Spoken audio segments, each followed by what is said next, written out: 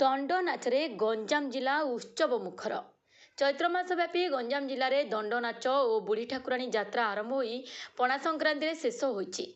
प्रति 2 वर्षरे थरे बुढ़ी ठाकुराणी बापघर को बहु पटुआर साही साही रे भोग खाई यात्रा करुवा बेले चैत्र मासर मासव्यापी दंड नाच होता है। ए व्रत रखुवा भक्त मैंने निष्ठार सह व्रत पालन कर दंड नाच करथांती।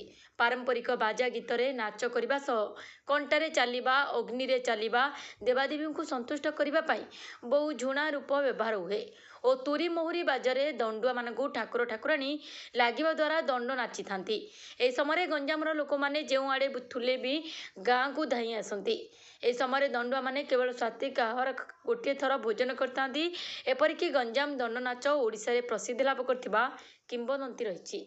Bureau report सर्वशक्ति।